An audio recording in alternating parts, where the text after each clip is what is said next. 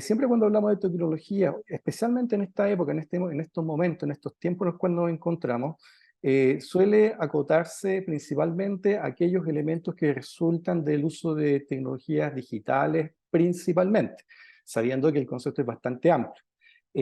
La unidad del módulo 3 del diploma se integró específicamente a petición del grupo de Creatic en sus orígenes, en las primeras versiones del diploma propiamente tal, justamente para hacer un proceso de normalización en todo lo que implicaba el lenguaje, los términos y los recursos que la universidad también estaba disponiendo y que quedara dentro de lo que implicaba, digamos, una suerte de estandarización entre los académicos de nuestra universidad.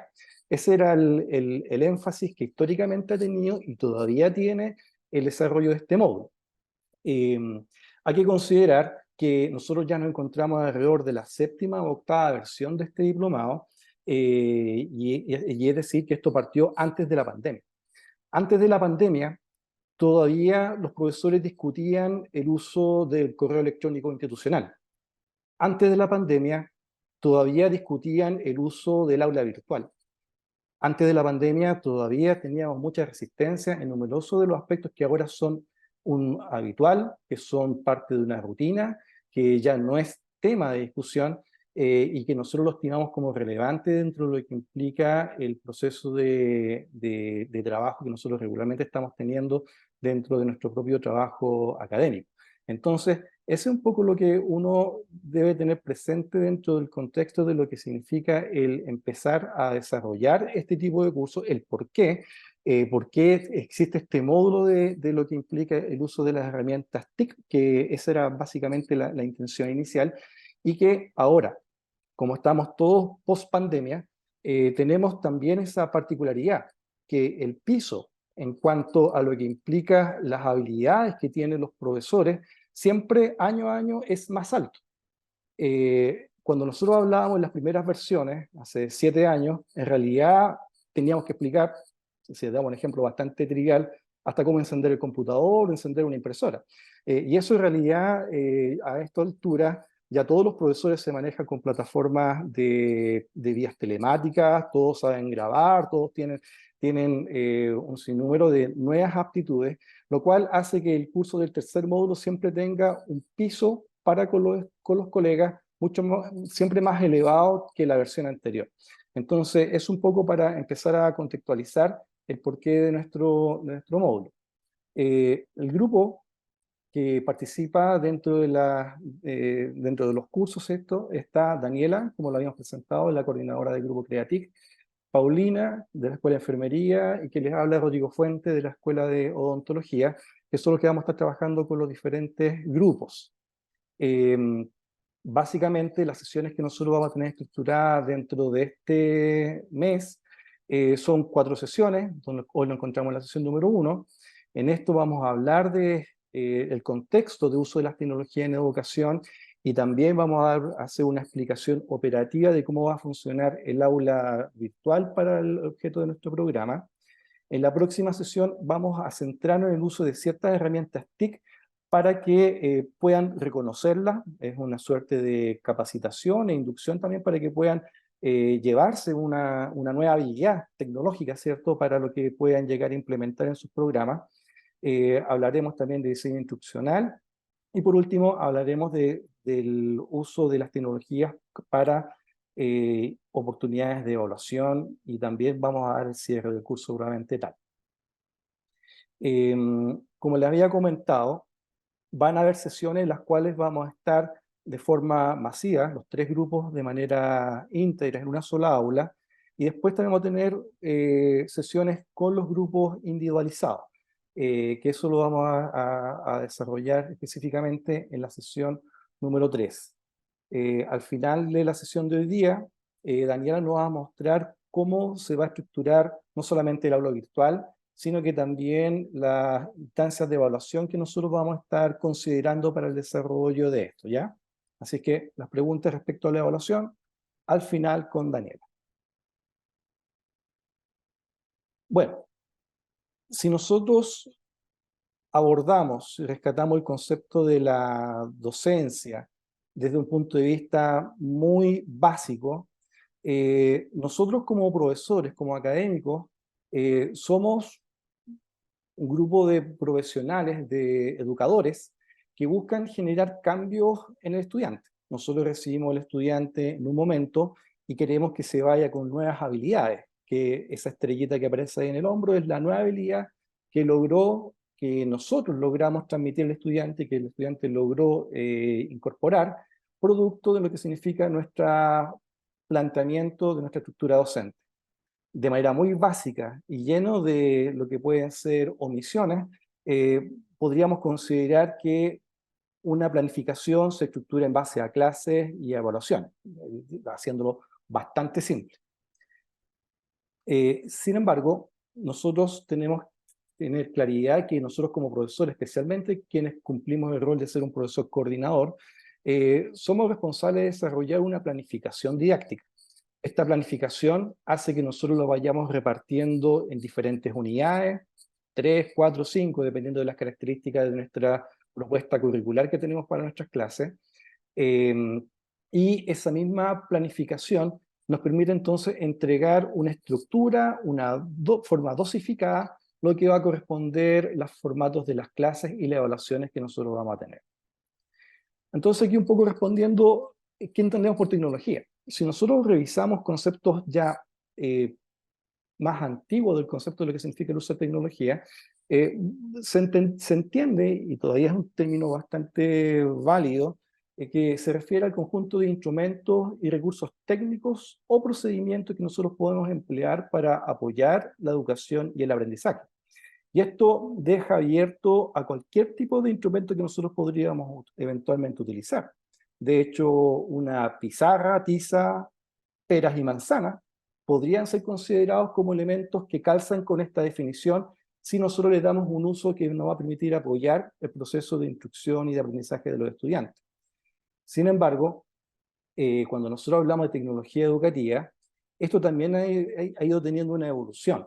Y esto demuestra también propio del dinamismo que hay a lo largo de todo lo que significa el concierto de nuestra historia en desarrollo, y también con los nuevos elementos que empiezan a aparecer y se empiezan a insertar dentro de nuestra práctica. Entonces, cuando nosotros hablamos de tecnología educativa, es cuando empleamos dispositivos, software y recursos digitales para mejorar la enseñanza, el aprendizaje, la accesibilidad a la información y la interacción en ambientes educativos.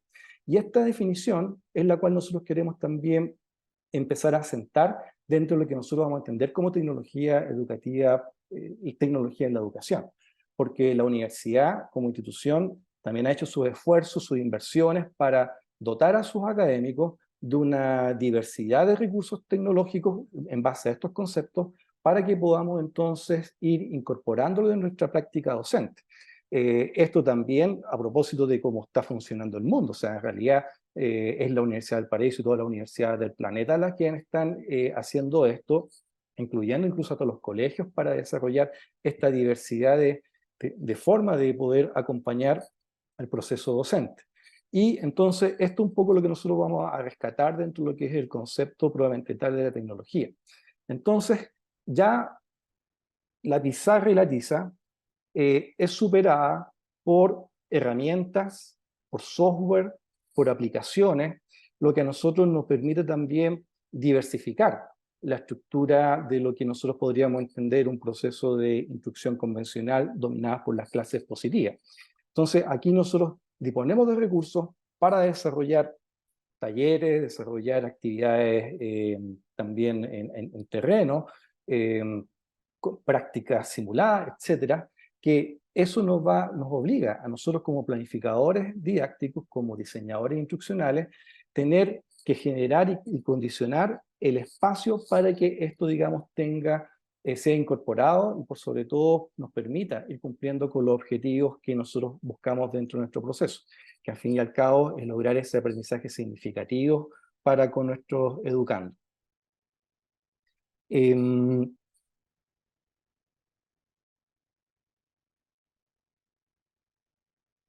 Básicamente, cuando nosotros nos reconocemos como diseñadores instruccionales, tenemos que tener en cuenta que somos estrategas de la educación.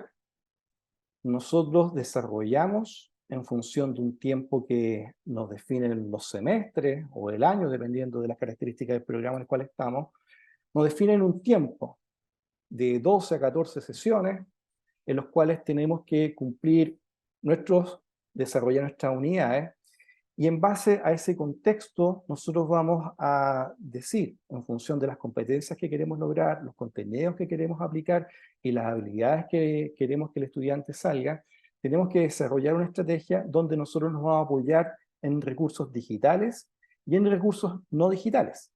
Entonces, si bien nosotros como módulo estamos procurando poner en realce lo que implica la utilidad de los recursos digitales, tenemos que estar súper claros que esto no es una apología de del uso digital per se, sino que esto debe estar inserto dentro de una estrategia que define el profesor coordinador y que debe también ser capaz de alternar e integrarse con aquellos recursos que podemos reconocer como no digitales y que pueden ser absolutamente estrategias bastante clásicas y que han demostrado ser tremendamente útiles. Entonces, desde el minuto en que nosotros nos definimos como planificadores didácticos, debemos considerar en qué momento nosotros vamos a hacer uso de recursos digitales, en qué momento vamos a hacer uso de recursos no digitales, reconocer también cuáles son los objetivos y competencias a los cuales nosotros queremos trabajar y apuntar hacia lo que implica ese concepto de aprendizaje significativo que queremos lograr con nuestros estudiantes. Entonces, cuando estamos hablando ya de emplear recursos que tengan este nivel de tecnología, empieza a emerger el concepto de la competencia digital docente. Y cuando nosotros hablamos de competencia digital docente, esto nos pone a nosotros la exigencia de que como académicos debemos tener un nivel de competencia suficiente. Encuestas de hace 20 años, cuando evaluaban competencia digital docente, preguntaban si sabían ocupar PowerPoint, preguntaban si sabían ocupar algún procesador de texto. Y a partir de ese tipo de preguntas se estimaba la competencia digital que podía tener el docente. Damos por hecho que todos sabemos ocupar y responder positivamente esas preguntas. Pero como les señalamos, dado que la tecnología va siempre en alza y evolucionando y que a su vez nos ofrecen nuevos recursos y la universidad por otro lado también nos va poniendo nuevas exigencias, el concepto de la competencia, el piso del nivel de competencia digital va aumentando. Ahora nos piden manejar el aula virtual, ser capaz de desarrollar, aprovechar los recursos que nos ofrece el aula, de desarrollar cuestionarios, desarrollar foros, eventualmente generar videos, alternar con diferentes ambientes virtuales, y eso es algo que nosotros como docentes estamos ya mucho más exigidos. Entonces, visibilizar el concepto de la competencia digital también es algo que es relevante, que nosotros como profesores también tenemos que desarrollar. Y por otro lado, nosotros también, cuando ya empezamos a hacer uso de las tecnologías, también, y las llevamos al aula, esperamos que el estudiante sea capaz de desempeñarse en las propuestas que nosotros estamos planteando. Entonces aparece también el concepto de que el estudiante también debe ser competente digitalmente. Y acá suele aparecer el abuso de la muletilla de que los estudiantes de ahora son nativos digitales. Y eso en realidad yo creo que no es muy saludable en realidad adelantarlo a tener esa carga previa, porque los estudiantes también tienen procesos en los cuales no siempre son todos muy amigos de las tecnologías. Es cuestión de ver también cómo se comportan nuestros hijos y los compañeros de nuestros hijos. Se dan cuenta que la mitad lo único que piensa es jugar a la pelota y no saben encender un computador.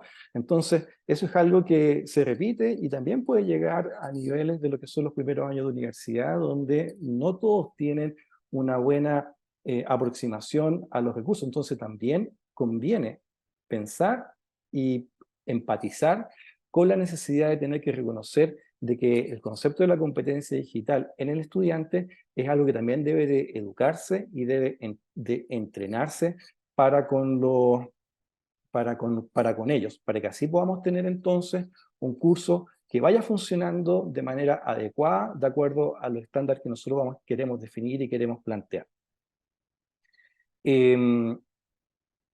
En este contexto que estamos tratando de plantear y de ir enumerando, ¿cierto? Todo lo que implica el objetivo de la educación, el rol de ser un diseñador instruccional, plantear una estrategia didáctica, incorporar recursos digitales y no digitales y visibilizar este concepto de las competencias, se abre también la necesidad de visibilizar las actividades sincrónicas y asincrónicas.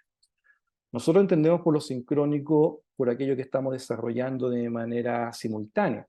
Y dado a que desde que volvimos de la pandemia tenemos esta exigencia de hacer las actividades presenciales, eh, con los estudiantes en el pregrado, todo lo que hagamos en el aula con ellos, bien lo vamos a entender como una actividad sincrónica, pero las tareas que nosotros le mandemos, ya sea como simplemente pedir que lean un artículo, eso ya queda dentro de lo asincrónico, dentro de la carga del tiempo adicional, y son elementos que también resultan altamente interesantes poder llegar a tener una planificación adecuada a los tiempos que los creditajes nos están diciendo, de los cuales podamos disponer y poder así tener un planteamiento coherente y ordenado con los tiempos que nos dice el currículum y con los objetivos que nosotros queremos lograr. Así vamos a ver que todos estos elementos conceptuales debemos de adaptarlos a las competencias con las cuales nuestros cursos se comprometen a trabajar, a los resultados de aprendizaje y desempeños claves que nosotros vamos a ocupar para operativizar el logro de las competencias y por sobre todo también lo que estábamos señalando, visibilizar los créditos, reconocer la carga académica que el estudiante debe de tener y que nosotros como planificadores curriculares debemos también de respetar, y que eso es muy fácil que nosotros a veces nos pasemos de la raya y empecemos a sobresaturar la carga de los estudiantes. No sé si hay alguna pregunta, algún comentario hasta acá, profesores. Solo recordar que ya está en la lista de asistencia el documento, el formulario Google para que vayan anotando su asistencia a la sesión de hoy. Bien, pues sigamos avanzando.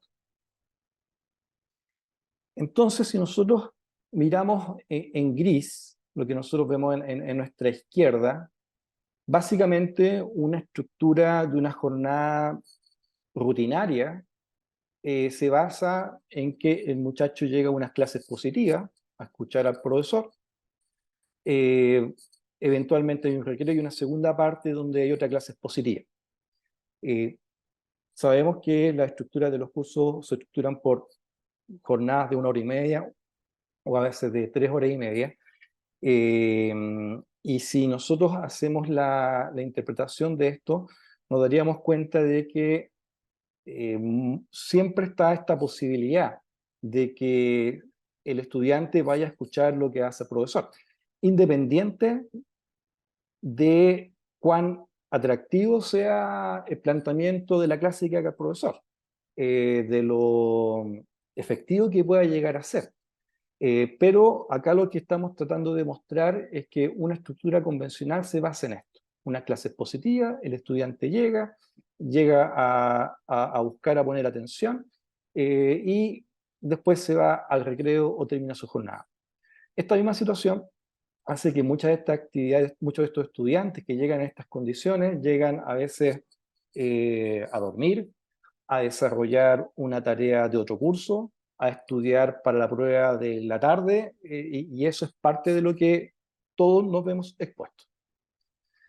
Entonces, cuando el estudiante sale del aula y acudió a nuestra clase, buena o mala, buena, entretenida o fome, como sea, el estudiante siempre cuando se dispone a estudiar, trata de juntar la mayor cantidad de información que pueda.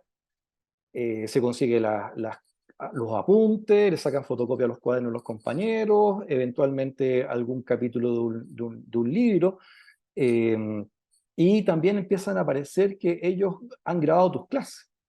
Ellos no solamente las graban, sino que generan una dinámica donde transcriben las clases que uno ha hecho, y empiezan a generar toda una suerte de actividades que se desarrollan a nivel curricular, el que nosotros hemos planteado, donde además de las guías que nosotros les pedimos que desarrollen, ellos generan toda una dinámica donde empiezan no solamente a ocupar estos recursos que hemos señalado, sino que también empiezan a buscar material por YouTube, empiezan a buscar videos que pueden estar disponibles en cualquier lado, algunos encuentran podcasts, encuentran diferentes elementos y empiezan a sumar una cantidad de recursos que superan incluso a lo que uno les plantea dentro de la dinámica inicial. Muchas veces uno también trata de restringirlo, digo, traten de mantenerse a estos elementos que uno les ha planteado, sigan la guía que que uno les propuso, pero el estudiante inevitablemente busca e indaga hacia otros lados y entre ellos se apoya mucho en el uso de otros recursos como lo que estamos señalando acá. Entonces, la importancia de lo que nosotros buscamos también dentro de nuestro módulo es que todos estos elementos que emergen como una eventual competencia en nuestro planteamiento, los incorporemos como un recurso. Veamos, por ejemplo, seleccionemos videos de YouTube que puedan ser útiles, a lo mejor muchos de nosotros ya lo hacen hace tiempo, pero ahora apareció la inteligencia artificial y está el chat GPT ahí, entonces, y algunos quieren competir contra él, negarlo, cerrarlo, sacarlo, y en realidad sería muy interesante que le demos un uso educativo para poder incorporarlo dentro de nuestra estrategia de recursos para el aprendizaje y con ello entonces encontrar en eso más bien oportunidades para que podamos entonces aprovechar estas oportunidades que se abren a partir de las mismas tecnologías que están disponibles y que el estudiante lo va a ocupar igual. Entonces, si en vez de poner muros de contención o cortapisas, incorporémoslos y hagamos de eso, digamos, una nueva oportunidad para que podamos nosotros también empezar a planificar lo que corresponde el tiempo adicional, las actividades asincrónicas dentro del marco de lo que implica nuestra planificación didáctica. La universidad nos ha permitido disponer de varios recursos. Aquí hay una síntesis, ¿cierto?, de diferentes elementos que se encuentran disponibles y dependiendo de nuestra área disciplinar, vamos a poder reconocer cuál más, cuál menos puede ser útil. Y estos son elementos que nosotros podemos utilizar ya sea para nuestro trabajo docente en aula o nuestras planificaciones de actividades que pueden estar fuera del aula.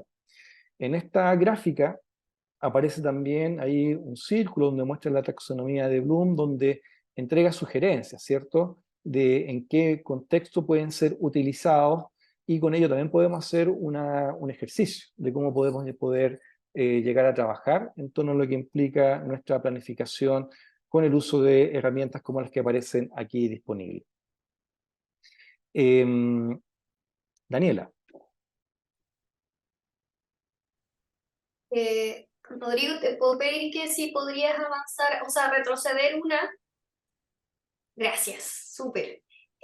Comentar que esta lámina en particular fue elaborada en base a los recursos que están disponibles en la UB. Ya eso es como una de las cosas primarias que por eso es tan importante y por eso hago ese guiño, ¿ya? Y otro elemento que les quería invitar a reflexionar o a que tratemos de intencionar en esta parte, justamente en el tema de los recursos. Les voy a lanzar una nueva pregunta para que tratemos de hacer esta sesión, ¿cierto? Y tengamos su feedback respecto de esta pregunta inicial. Ahí les va a aparecer en pantalla entendiendo, ya como lo dijo Rodrigo en una primera instancia, ¿cierto? ¿A qué nos referimos cuando decimos tecnología, ¿cierto? En la enseñanza.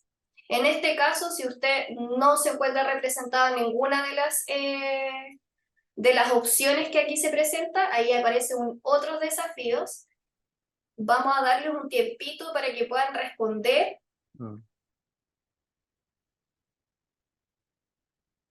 Y la idea central de esta partecita es que en un momento les vamos a pedir y les voy a pedir que nos comenten un poquito que puedan abrir su micrófono y nos vayan contestando, ¿cierto? Por ejemplo, cuáles son los otros desafíos. Ahí veo a Scarlett que dice, ¿por qué Stata está en los 3 niveles?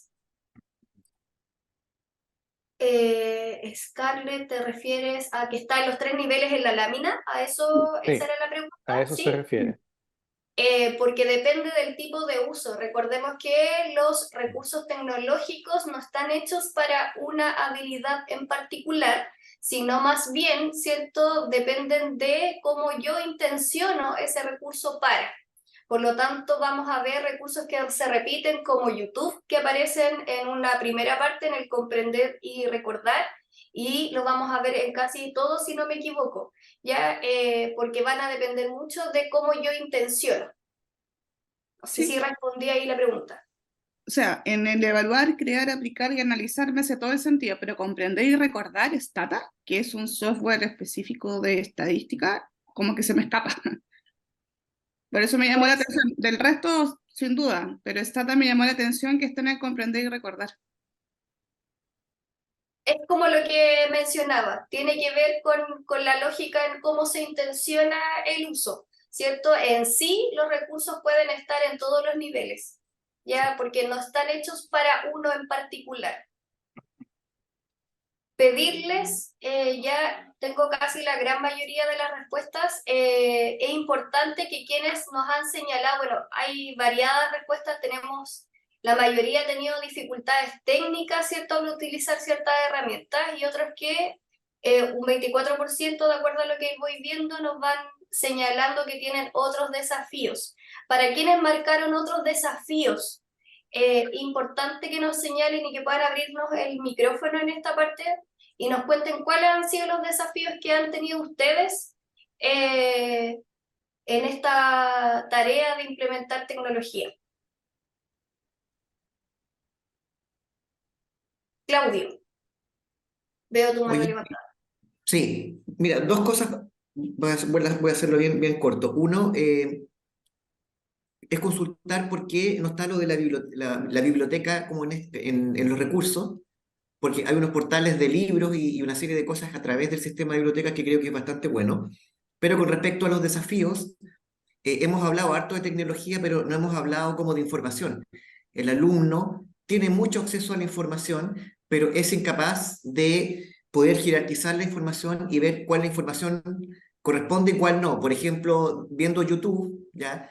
Da lo mismo cualquier cosa o ver un video como de reggaetón, ¿ya? Y el alumno a veces está trabajando y pone YouTube y está haciendo otras cosas. Entonces, creo que el mayor desafío es ocupar la tecnología para poder discernir el tipo de información. Aprovecho de preguntar también si hay buscadores académicos acá y si no están incorporados en esto, porque cuando hay buscadores académicos, uno se asegura de que el alumno va a encontrar información de calidad. ¿Respondo? Sí. Sí. De la pregunta 1, Claudio, efectivamente en esta lámina no aparecen los recursos de biblioteca porque cuando elaboramos esta lámina fue precisamente en pandemia. Así que está un poco desactualizada y hoy día efectivamente la biblioteca tiene recursos que son nuevos. Así que tomo ahí el guante para actualizar la lámina y agregar los recursos de biblioteca que no aparecen, que debería, por ejemplo, aparecer Original, debería aparecer no Visible Body y varios otros que son parte del proceso. Para la pregunta y te pido ahí si me recuerdas, era buscadores específicos. Buscadores específicos y la dificultad de poder discernir cuál información es válida y cuál no, ¿ya? Porque cuando hablamos de cosas que son muy generales, como por ejemplo YouTube, ahí uno se pierde, ¿ya? Claro. Dentro de buscadores específicos están, bueno, todas las bases de datos que tiene la biblioteca con información específica del área. Uno debiese, bueno, y hoy día está incorporado en el aula virtual, ¿cierto? El descubridor de biblioteca para intencionar, en el caso de los académicos, académicas, ¿cierto? Que la información que se difunda a los estudiantes y a las estudiantes sea a través de esta opción, y los otros son todos los recursos y los buscadores y las bases de datos que pertenecen a biblioteca. Biblioteca también, Vibra tiene varios cursos, ¿cierto? Que son solicitados, ¿cierto? Que ellos desarrollan para potenciar, en el caso de los estudiantes, su competencia digital, ¿ya? Y Creatic, por otro lado, ¿cierto? También desarrolla talleres en donde trata de potenciar, en el caso de los estudiantes, el desarrollo de esta competencia. Claramente son instancias que yo creo que todavía nos sigue faltando mucho más, pero se está intencionando, hay un trabajo que se hace hoy día a propósito de lo que nos señalas. No sé si me falta contestar alguna de las preguntas que me señalaste. Sí, No, Daniela. se aclara, es bueno que pregunten los otros. Sí, mira, Sí, no, súper. solamente quisiera yo aportar en este enfoque del discernir. Muchas veces se habla de ser un curador de la información también, pero en realidad uno puede sacar una experiencia de aprendizaje de un video bueno y de un video malo. Entonces, pues, porque no está en la herramienta tecnológica el enseñarle el espíritu crítico o la capacidad de discriminar entre uno y otro. Eso está fuera o sea, eso puede estar con las herramientas tecnológicas y sin herramientas tecnológicas.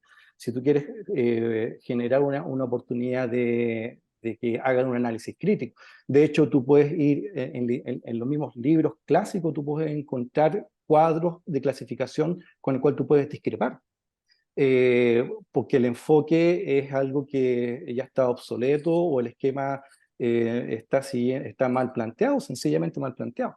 Entonces, en cualquier elemento uno puede encontrar una oportunidad para fomentar la capacidad de análisis, la capacidad de crítica y la capacidad de generar una oportunidad de ello.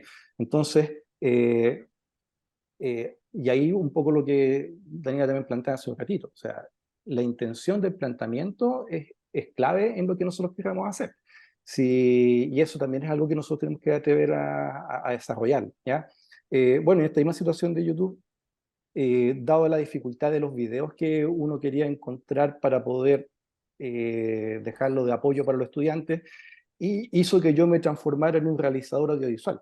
Entonces, al final yo decidí crear un canal de YouTube, subo mis videos, esto antes de la pandemia, y al final ahí se transformó en una oportunidad también para sistematizar información, generar puntos de apoyo permanente para los estudiantes de tu curso y para otros estudiantes que puedan requerir, y eso también es algo que no tenemos que ver. O sea, nosotros podemos ser espectadores, usuarios de, o también podemos ser creadores de. Entonces, y ahí es parte de la dinámica también que implica esto del uso de las tecnologías, ¿ya? Así que eso quería aportar también. No sé si hay más preguntas en el chat. Estaba levantada la mano de BGG, que desconozco su nombre, pero Hola. había levantado la mano. Sí, soy Víctor Gudiño. Víctor. Mi disculpas por no tener activada la cámara, pero estoy con poca señal. Yo fui uno de los que contestó otros desafíos, Mm, pero yo respondí eso porque en realidad yo no tenía conocimiento de cuáles eran estas tecnologías.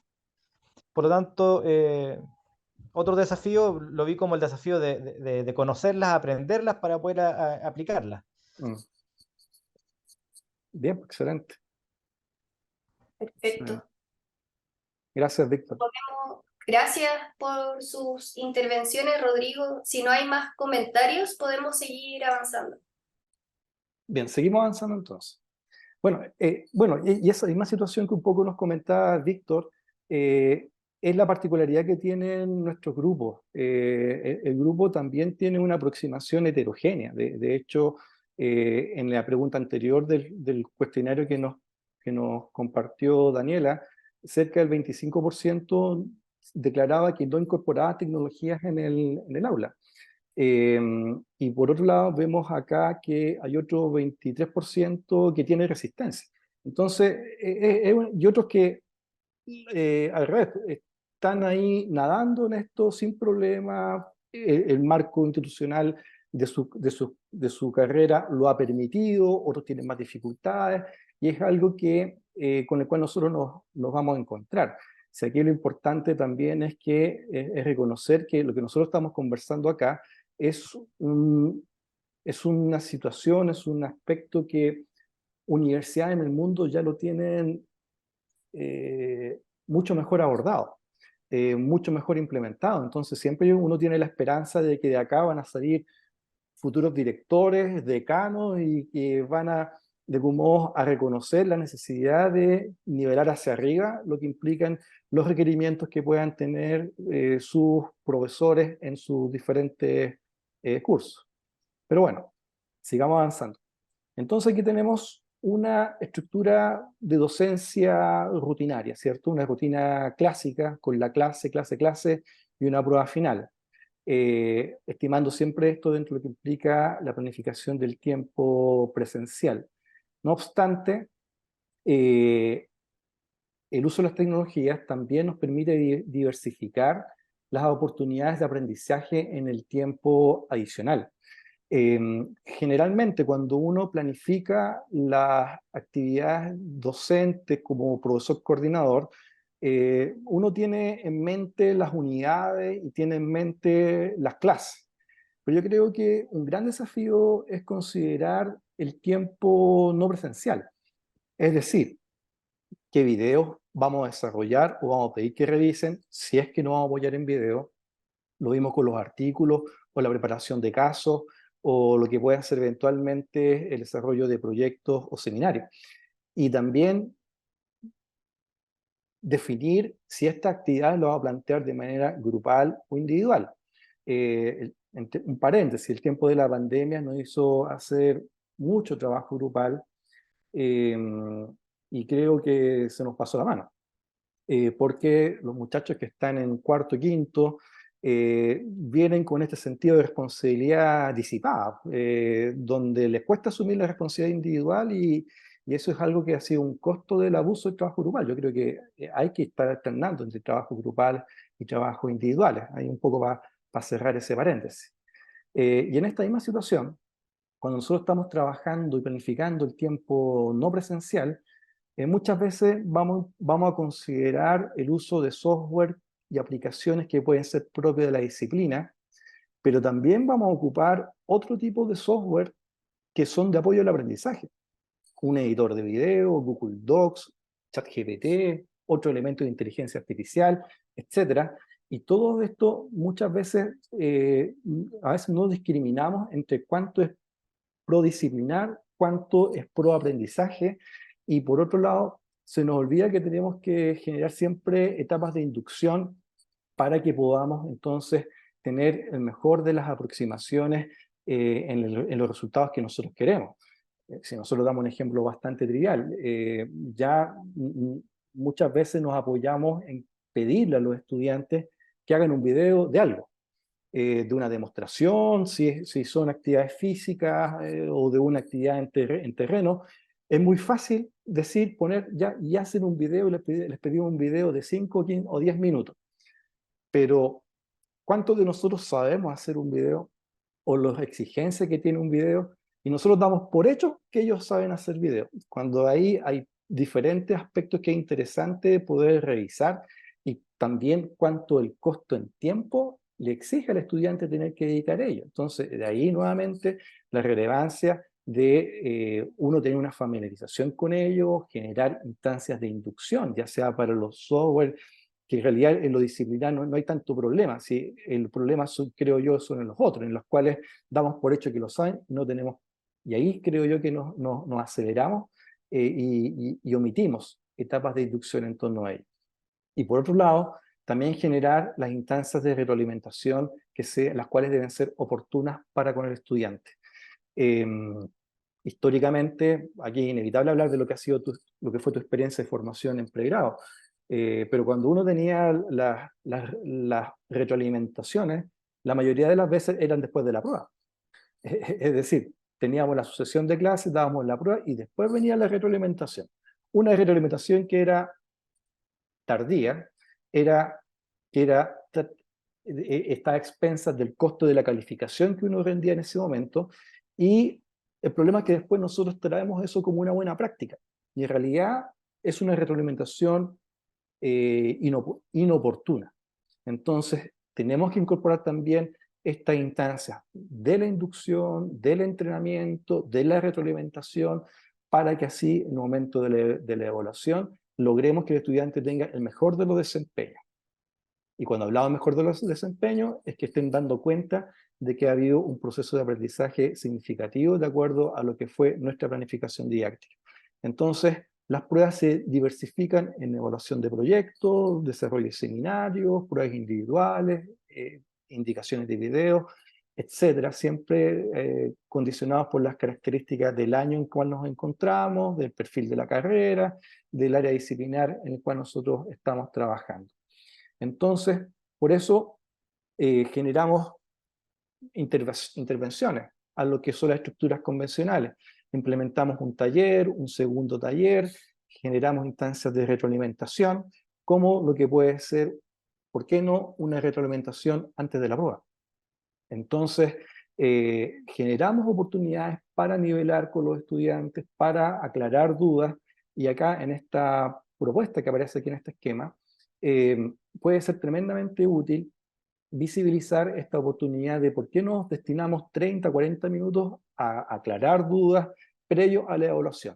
Ahí el muchacho va a haber estudiado, va a haber revisado todas las materias, haber repasado los talleres, haber revisado la información que tenía, porque siempre todos tenemos la esperanza de que va a llegar bien preparado a la prueba, pero va a ser un momento tremendamente enriquecido porque el estudiante llega en mejores condiciones para plantear sus preguntas y también para poder tener una conversación mucho más productiva con los estudiantes, y así podemos también generar una instancia de nivelación y de aclaración de dudas.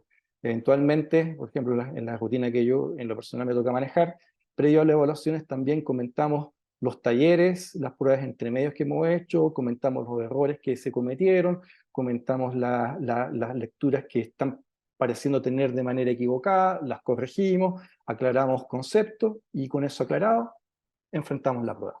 Entonces,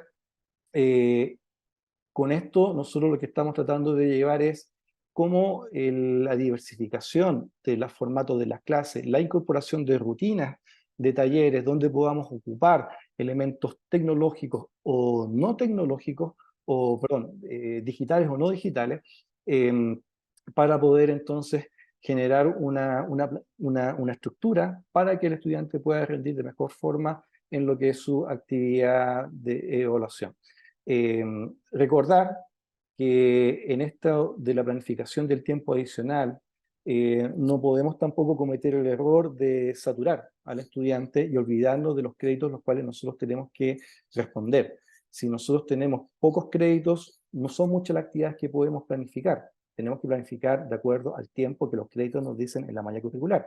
No podemos saturar con lecturas de capítulos, lecturas de artículos, que revisen 3 videos y que más encima hagan un video, si nuestra carga de créditos es baja.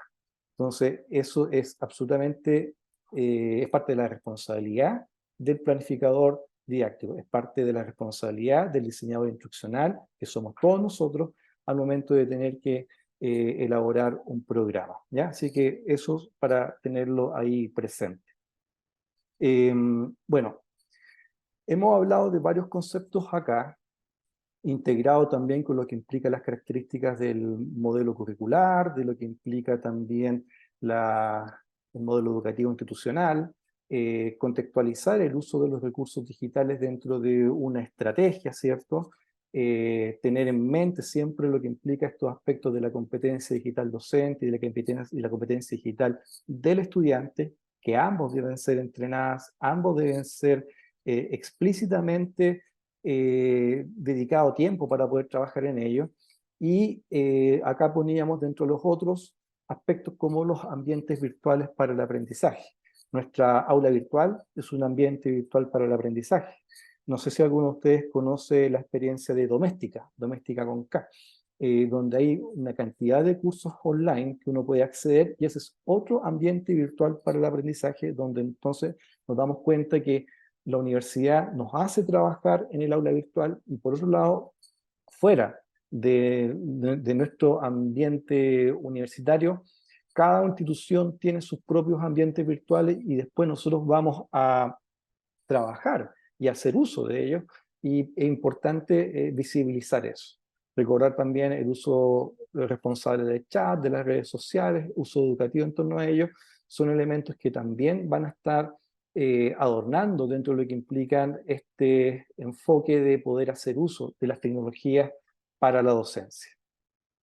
Entonces, podemos tener salas modernas y estar replicando estructuras convencionales del siglo XV.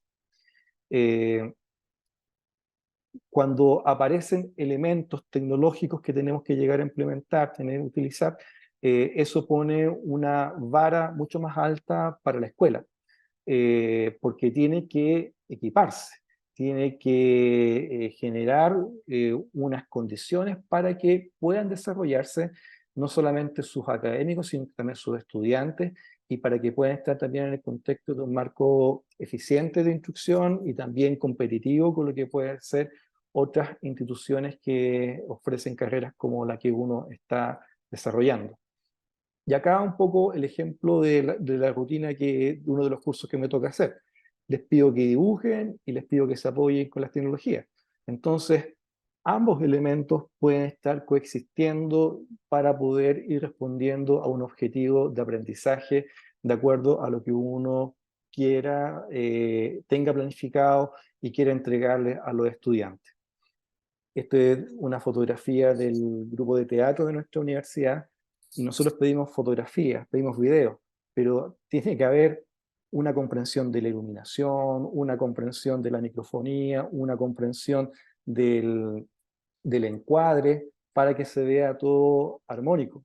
Y hay carreras que tienen esos elementos intencionados dentro de su preparación, de su instrucción, pero otros no los tenemos considerados, pero igual les pedimos. Y le bajamos el perfil, no que lo hagan con su celular, lo decimos como a la rápida. Entonces, esos son elementos que uno debe tener presente también al momento de poner nuevas exigencias para con los estudiantes. Acá nuevamente, curso de biología, les pedimos que dibujen, pero en su proceso ahí tenemos videos de apoyo. Ese de ahí soy yo detrás, por si acaso, un video del año 2017 y que todavía puede ser útil. Estudio acá, por ejemplo, ocupando literatura digital, a propósito de lo mismo que comentaba el colega anteriormente. La biblioteca es una herramienta de apoyo, trabajos grupales con el uso de dispositivos, que en este caso los mismos muchachos lo traían, o elementos para hacer video, etcétera, etcétera, etcétera, que siempre están disponibles para que, en este caso, una integración de estos elementos para que se pongan a dibujar mejor en la pizarra. Eso siempre va a depender de lo que uno esté pidiendo, del objetivo de aprendizaje que estemos tratando de lograr. Acá un poco lo que señalaba del ejemplo de Doméstica, que es una plataforma, ¿cierto? Yo lo invito a conocerla en realidad, porque se repiten nuevamente los conceptos que hemos estado señalando. Los objetivos de aprendizaje, la distribución por unidades, las tareas para la casa, las evaluaciones, que realmente son estructuras que son absolutamente transversales a las diferentes plataformas que nosotros podemos estar revisando, ¿ya? Así es que con esto estamos ya cerrando esta parte de la presentación. No sé si hay algún comentario que los profesores quisieran hacer eh, para dar paso a lo que Daniela nos tiene que comentar.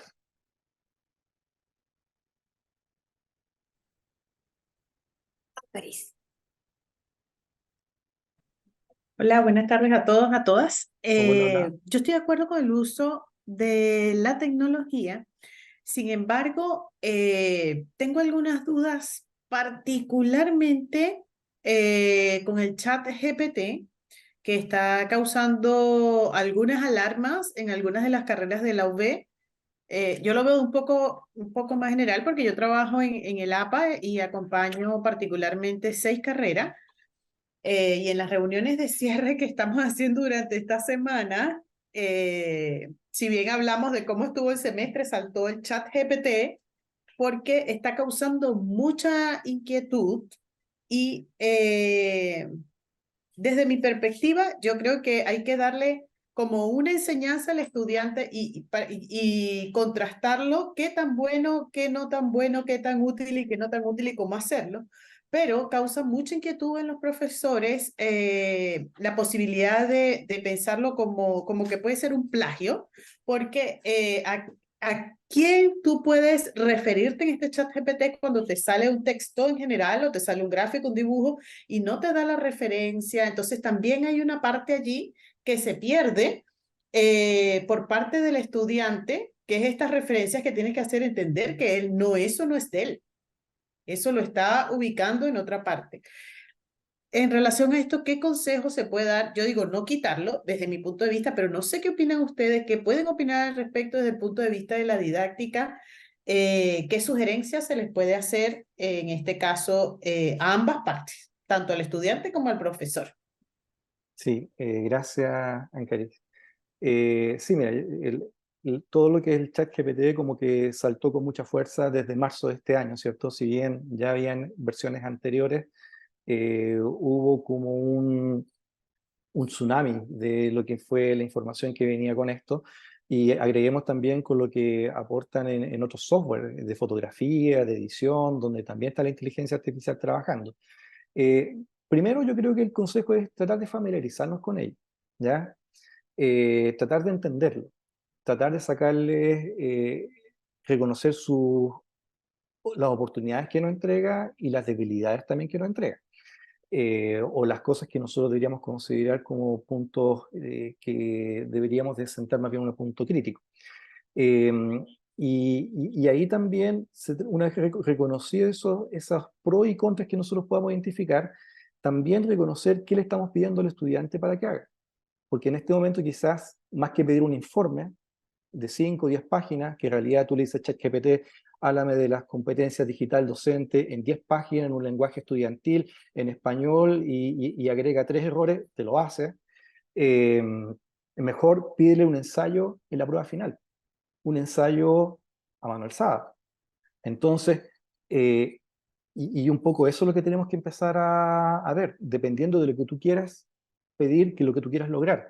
Entonces, a lo mejor ya no va a ser útil pensar en construir un informe porque te va a quedar esa duda, pero a lo mejor va a haber que diversificarlo en crear, por ejemplo, muchas veces yo lo que hago en mi recurso es carta al director de una revista. Escribe usted a mano alzada una carta al director de revista, tiene una plana para poder hacer y firma con usted, con su nombre y apellido. Entonces, diversificamos.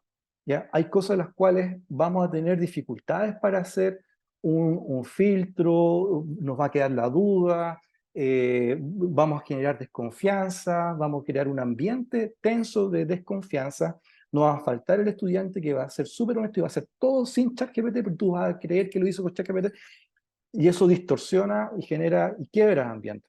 No, usa ChatGPT en las cosas que tú crees que nos va a servir, pídele que construya una tabla, la hace, pide que te cite referencias, la cita, veamos si son coherentes esas referencias con lo que efectivamente dice, eh, pero la prueba intermedia, las pruebas finales, que sean a mano alzada. Ocupan Google Docs, que escriben ahí un ensayo. Entonces, si es lo que tú quieres medir como una habilidad de escritura o una habilidad de síntesis. Entonces, y ahí tenemos que ir integrando, sabiendo que hay cosas que vamos a tener que sí o sí convivir, porque por mucho que nosotros lleguemos al acuerdo como Universidad del Paraíso, no ChatGPT, igual lo van a usar los cabros, ¿ya? Y por otro lado, negarnos a utilizarlo también sería un error por parte nuestra, porque realmente puede ser muy útil. Y ahí es cuando tiene sentido el espíritu del docente maduro que entiende y que discrimina. Tú les pides que te construya una rúbrica de 10 criterios estableciendo tu cierta escala, que la construye, y uno la revisa y la mejora. Entonces, eso es un poco también de lo que tenemos que aprender a hacer. ¿Hasta dónde le pedimos que participe? ¿Cómo yo diversifico mi estrategia de evaluación? Porque al final es eso lo que a uno también le interesa, que sea más verídico, ¿cierto? Y en ello poder considerar esas opciones. Entonces, es un poco lo que yo desde acá te podría sugerir, sabiendo que es tan nuevo para ti como para mí, el exponernos es lo que implica este tipo de recursos. Pero en lo personal, yo prefiero verlo más como un aliado, y cuando siento que no sea un aliado, cambio la estrategia, cambio de recursos. No sostengo lo que he hecho durante 20 años, lo cambio.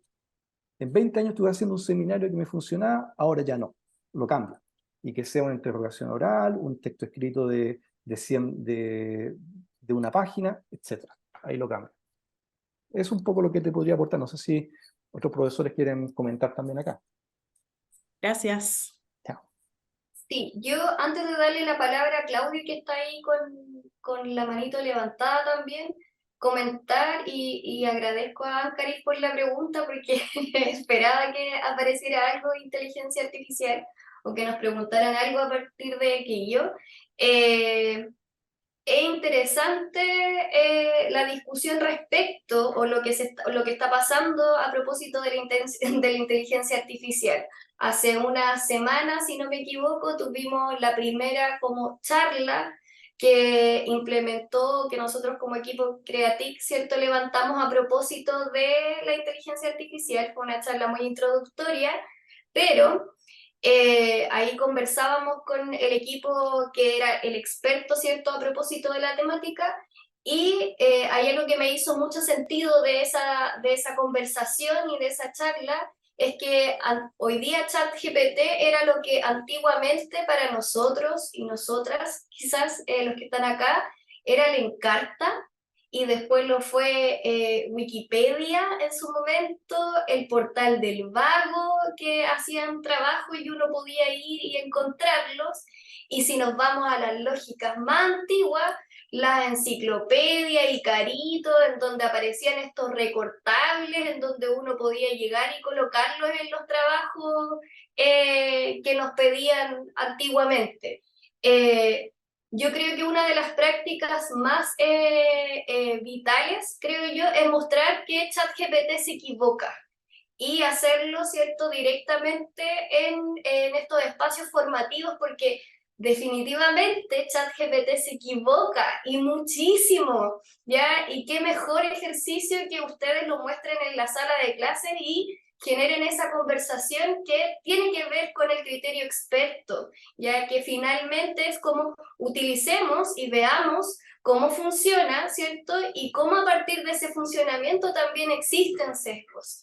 Hace unos meses atrás participé de una charla también a propósito de estas inteligencias artificiales, y hay sesgos respecto de dónde se incorpora también la información, o de dónde adquiere toda esta información ChatGPT y múltiples. Recuerden que la inteligencia artificial es generativa, por lo tanto, siempre vamos a tener cosas nuevas. ChatGPT, que está disponible gratuito, solo tiene hasta el 2021 información, por lo tanto, para tener opciones nuevas hay que pagar, ¿ya?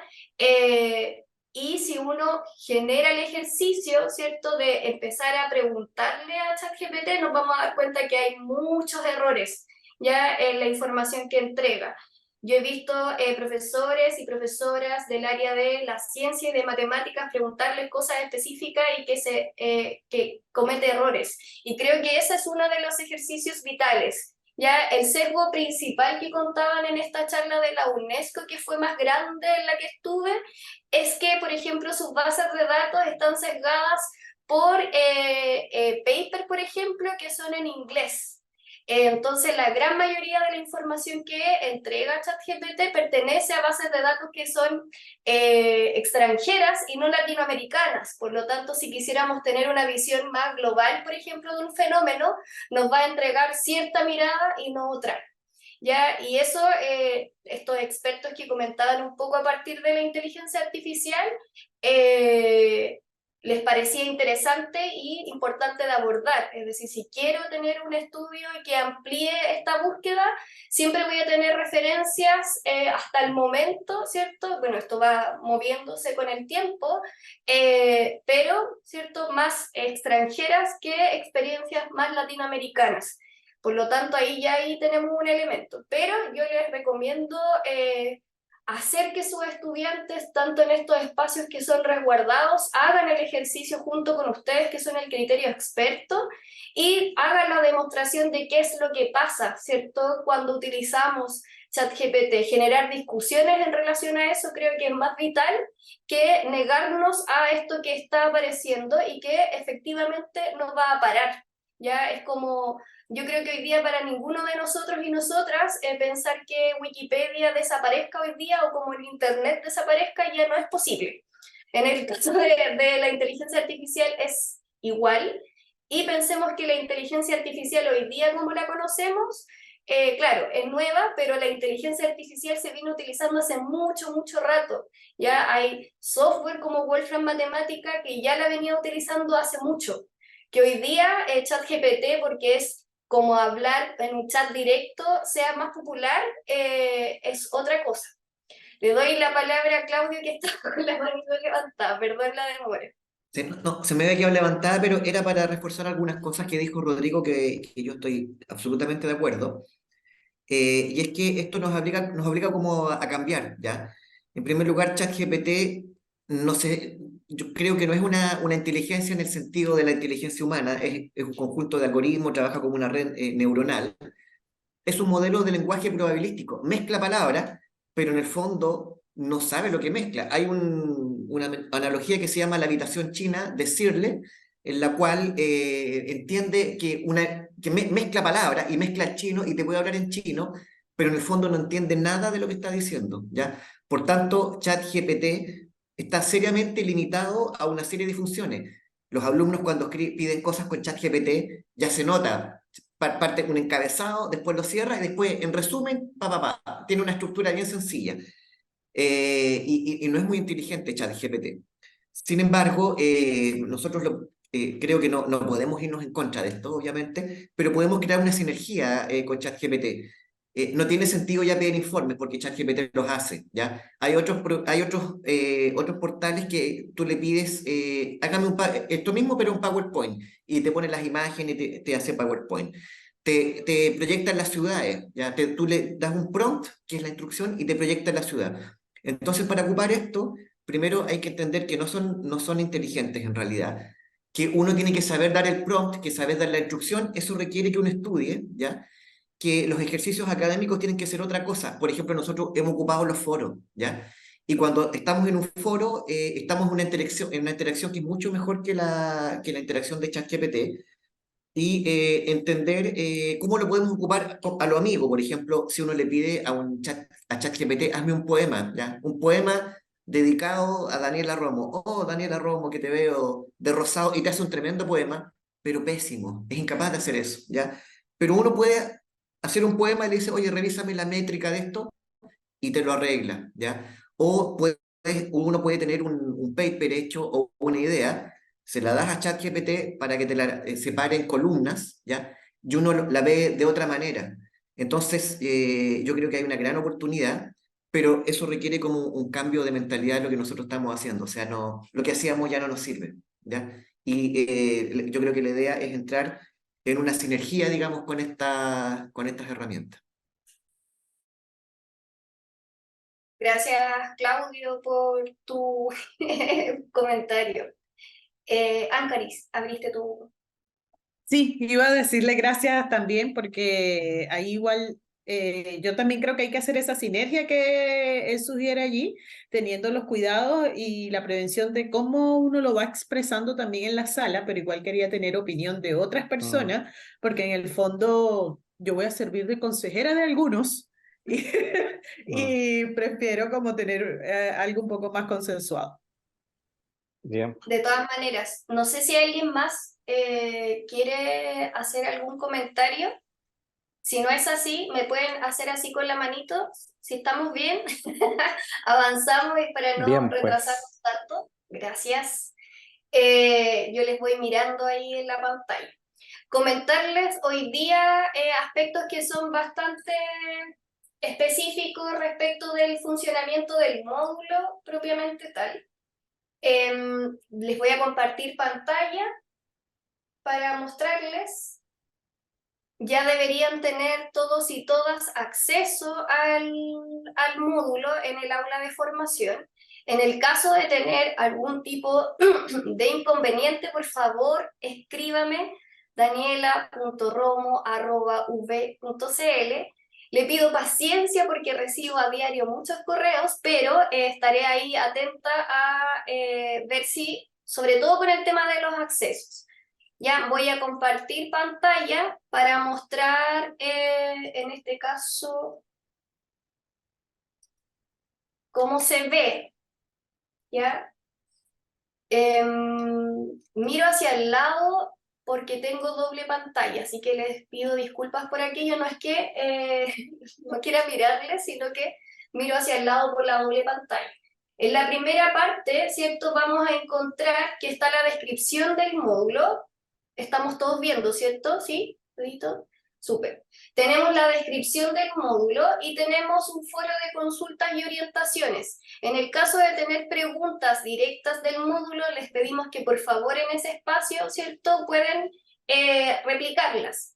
Todas las consultas que sean de accesos, por ejemplo, no veo el módulo, ahí me escribe a mí, pero todas las que tengan que ver como con la asignatura, por decirlo, de alguna forma a este foro, ¿ya? Y de todas maneras van a estar los correos de los tutores que está Paulina y Rodrigo, ¿cierto?, con cada grupo.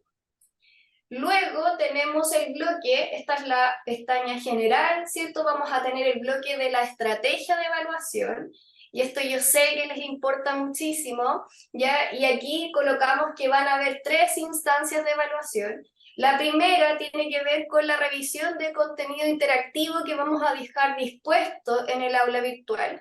La sesión 2, se los voy a adelantar, voy a hacer un adelanto. La sesión 2 es una sesión práctica, mucho más directiva, y les voy a enseñar a utilizar un recurso en particular. Por lo tanto, todo lo que tiene que ver con ese contenido, yo lo voy a dejar disponible para que ustedes lo revisen de manera autónoma, ¿ya? A eso se llama contenido interactivo. Ya van a poder revisar toda la parte como más teórica, por así decirlo, de la sesión 2, para que en la sesión 2 en específico nos dediquemos a revisar efectivamente cómo se arma, cómo se hace unos recursos que les quiero mostrar. No voy a hacer más spoiler para que en ese momento nos encontremos y puedan revisarlos. Luego viene un proyecto final y dice desarrollo de una lección en el aula virtual. Les vamos a pedir, a propósito, ¿cierto?, de la sesión 2, como proyecto final, que elaboren una lección.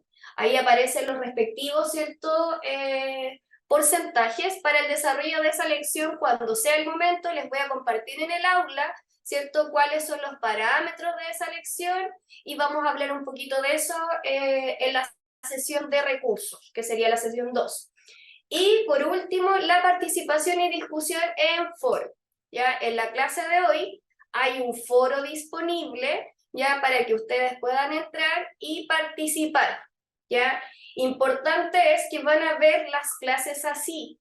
Esto se llama formato mosaico en el aula virtual de formación, y ustedes tienen habilitada la clase 1. Les voy a ir habilitando las clases en la medida que vamos avanzando para que no genere agobio y no se estresen antes de tiempo, ¿ya? Por lo tanto, si yo pincho clase 1, me va a aparecer, ¿cierto?, la información de la clase. Voy a cargar esta sesión, la voy a dejar disponible acá para que si quieren volver a revisarla, ¿cierto?, o saben si alguien no pudo estar en esta sesión, pueda revisarla nuevamente acá. ¿Ya? Va a está el enlace a Zoom de esta sesión en particular, y están las instrucciones del foro, Ya dice, les da la bienvenida, ¿cierto? Y les dice cómo tienen que participar y está el foro disponible. Esta es la primera actividad que tienen que hacer finalizada esta sesión, ¿cierto? Tienen una semana para responder. ¿Qué significa eso? De miércoles a miércoles. El horario de tope es 23:59. Por lo tanto, ¿cierto? Van a tener todos estos días para poder responder. La clase número 2, que es este contenido interactivo que les voy a dejar listo, recuerden que es de autoformación, por lo tanto ustedes pueden entrar, ¿cierto? Salir y ir contestando y avanzando a su manera. La idea es que al miércoles lleguen con ese material revisado. ¿Ya? Esa clase, la 2, ¿ya? La voy a dejar disponible y abierta el viernes. Así que el viernes igual les voy a mandar a los que están conmigo, que son del grupo 1, les voy a mandar un mensajito y los tutores, ¿cierto? Paulina y Rodrigo van a mandar mensaje avisando también a sus grupos, 2 y 3, ¿ya? Pero el viernes debería quedar lista y disponible la sesión 2, que como les dije, era este contenido interactivo que ustedes pueden revisar en sus tiempos, ¿ya? ¿Dudas, preguntas de algo en específico que me quieran preguntar de la estructura del aula, de algo que no les quede claro? Solo consultarte, porque yo intenté entrar temprano y no estaba, eso lo habilitaron ahorita. Sí, no estaba porque en este caso, ¿cierto? La persona de DETIC que nos hace la carga había tenido un inconveniente con la copia de seguridad del curso. Entonces, por eso, mientras estábamos en clase, él me mandó el mensaje y me avisó que ustedes ya estaban ok en el curso. Por eso no pudieron entrar temprano. Ya, maravilloso. Esto que nosotros vamos a leer, bueno, no sé si aún lo estás elaborando y esas cosas, pero no sé si antes de el viernes podrías hacerlo, porque de repente como que uno puede aprovechar un ratico ahí jueves en la tarde o algo así. Voy a hacer todo mi máximo esfuerzo, Ancaris, de tenerlo, Ya, porque lo estoy no ahí te preocupes. finalizando. Estoy tratando de hacer un recurso que no sea muy pesado, no es tan denso, ya quiero advertirles eso, no es un contenido denso, es un contenido que nos da como las bases para la clase 2, por lo tanto no se preocupen que va a ser muy intenso. Es como sale cierta información y les hace algunas preguntas, por lo tanto equivale a esta forma como evaluación formativa porque les va a ir preguntando a propósito de lo que van viendo. No debe o no debería durar para ustedes en su revisión, yo creo que podrían revisarlo en 1 hora, ya no es más que eso. Claramente, si usted tiene poco tiempo, podría ir revisándolo muy parceladamente, ¿ya? Pero insisto que no es un contenido denso, ni pesado, ni muy complejo. Sí, les voy a cargar material, pero es complementario de lecturas, ¿cierto? Pero es complementario. Si ustedes quieren revisar, ¿cierto? Alguna información en específica, se las voy a dejar también en el espacio de la clase 2. ¿Había alguien más con la mano levantada? ¿Alguien más? Víctor Era López, yo, desde Nueva York, era yo, parece. ¿no? Sí, estamos acá con el problema, digamos, de la clasificación de riesgo. Oye, Ah, no, quería preguntar, en el fondo estamos utilizando un aula invertida para esto y vamos a seguir en esa modalidad. sí, efectivamente. Ah, Ya ya, en este ya. caso la clase 2, como ya les dije, va a quedar habilitada el viernes. Voy a hacer mi máximo esfuerzo para dejarla habilitada antes, para que tengan tiempo de revisar. Ya recuerden que el foro de esta sesión, ¿cierto? Y de esta clase en particular, la invitación a participar va a estar disponible de miércoles a miércoles. Ya la idea es que ustedes puedan ahí buscar también el tiempo para poder responder. Y en el caso de dudas que sean específicas del módulo, está el foro que vemos inicial, ¿cierto? Que es consultas y orientaciones, que o vamos a ir mirándolo, ¿cierto? Para poder dar respuesta a aquello. Recuerde que los foros son lógicas asincrónicas, así que si usted escribe, poco probable que a los 3 minutos le responda, ¿ya? Pero en una lógica de 24 horas, sí, 24 horas deberíamos poder mirar y resolver o responder a aquellos mensajes que aparezcan allí. Yo de todas maneras voy a estar atenta ahí a lo que pase en esos foros y si no hay respuesta por ahí, ustedes saben y tienen los correos de sus respectivos tutores, ¿ya? ¿Algo más que me quieran preguntar del aula virtual o de lo que están viendo hasta el momento? ¿No? Súper. Lo último que les voy a mostrar, que quizás todos me van a decir, oh, no lo sabía, espero que que no lo sepan, ¿ya? Hablamos harto en esta sesión de estudiantes y de sus habilidades, ¿cierto? O de sus competencias digitales en particular. Y sabemos, y yo creo que todos y todas los que estamos acá, ¿cierto? Sabemos que nuestros estudiantes tienen algunas dificultades respecto de conocer recursos. Nosotros como equipo Creatic dejamos disponible un curso que se llama Herramientas Digitales, que es este. ¿Ya? Este curso es nuevo, profesores, profesoras. Ya está, hace poquito le dimos el vamos y está disponible para todos los estudiantes UV, ya están todos matriculados. Así que si usted quiere sugerir que vaya y haga este curso, tiene toda la libertad para hacerlo. ¿Cuál es la gracia de este módulo? Siempre nos pasa cuando hacemos talleres con Creatic para los estudiantes que desconocen los recursos que tienen por ser estudiantes de la UV. Así que este curso en particular es muy básico, pero les presenta a los estudiantes qué es lo que hay, ¿ya? Y qué disponen. Por lo tanto, vamos a encontrar el primer módulo que nos dice o nos habla del sitio UV, el segundo nos habla, ¿cierto?, del ecosistema Google, el tercero de Microsoft 365 y el cuarto del aula virtual. Es muy inicial, pero quizás les puede servir, ¿cierto?, para que sus estudiantes no anden tan perdidos respecto de las opciones que tienen. Insisto, están todas y todas matriculadas, así que, y este curso en particular está en el aula de formación. Así como ustedes acceden al aula virtual, ahora los estudiantes también acceden y van a tener este tipo de formación. Insisto, este curso es en modalidad de autoformación, por lo tanto lo pueden hacer cuando quieran y les genera certificado o constancia de participación. Así que si ustedes quieren fomentar allí que sus estudiantes puedan conocer un poco más acerca de los recursos, allí está. Ya, insisto, aula de formación, herramientas digitales, como dice ahí, de estudiantes UV, y tienen la disponibilidad y está disponible hoy día para todos y todas, ¿cierto?, las estudiantes de la universidad. ¿Ya?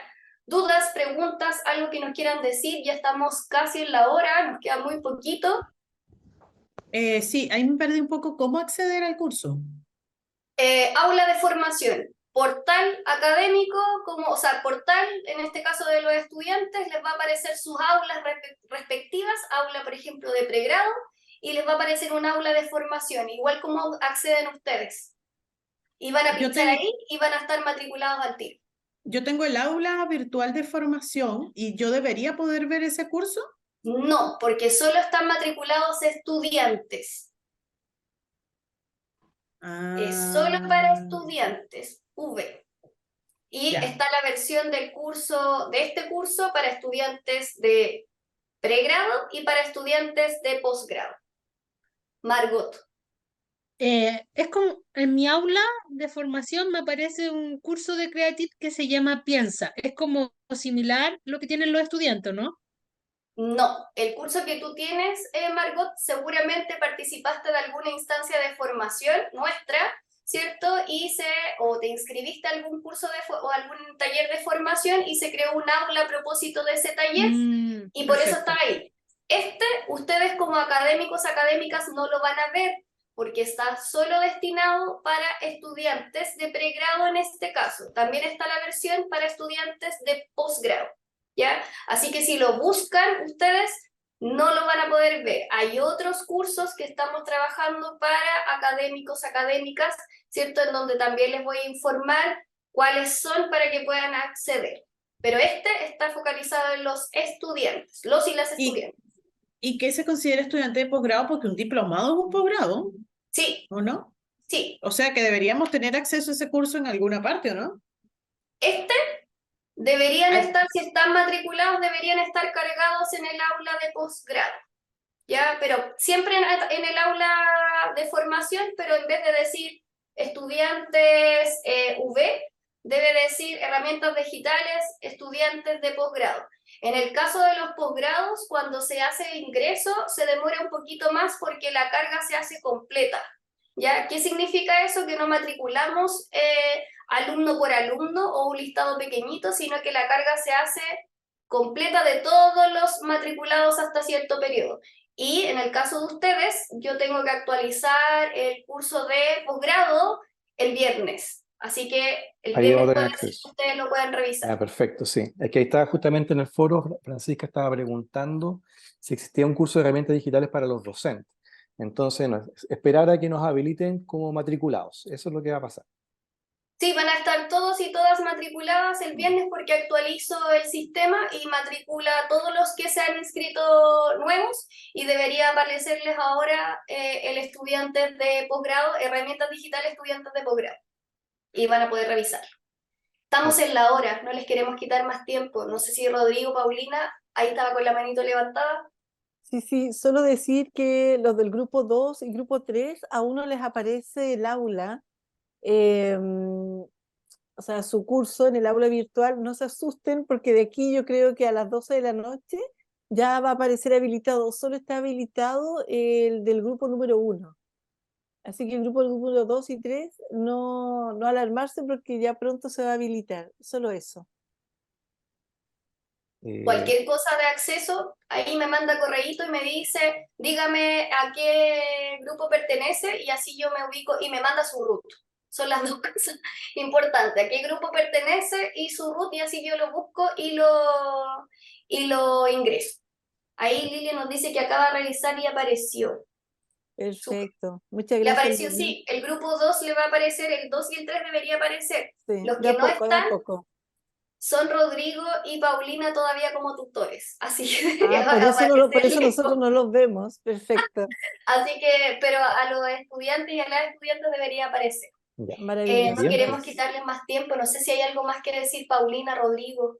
No solamente a saludarlos, saber que esto es un módulo de pocas sesiones, así que vamos a tratar de entregar sí, un par de herramientas de TIC que lo vamos a ver en la sesión 2 y 3 principalmente, ¿ya?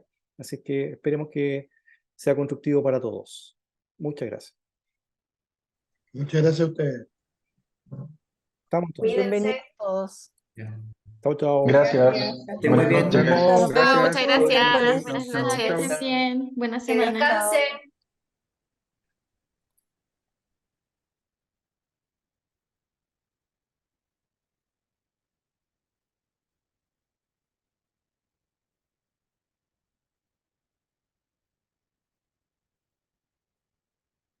De nada, Connie, que están ahí dando las gracias.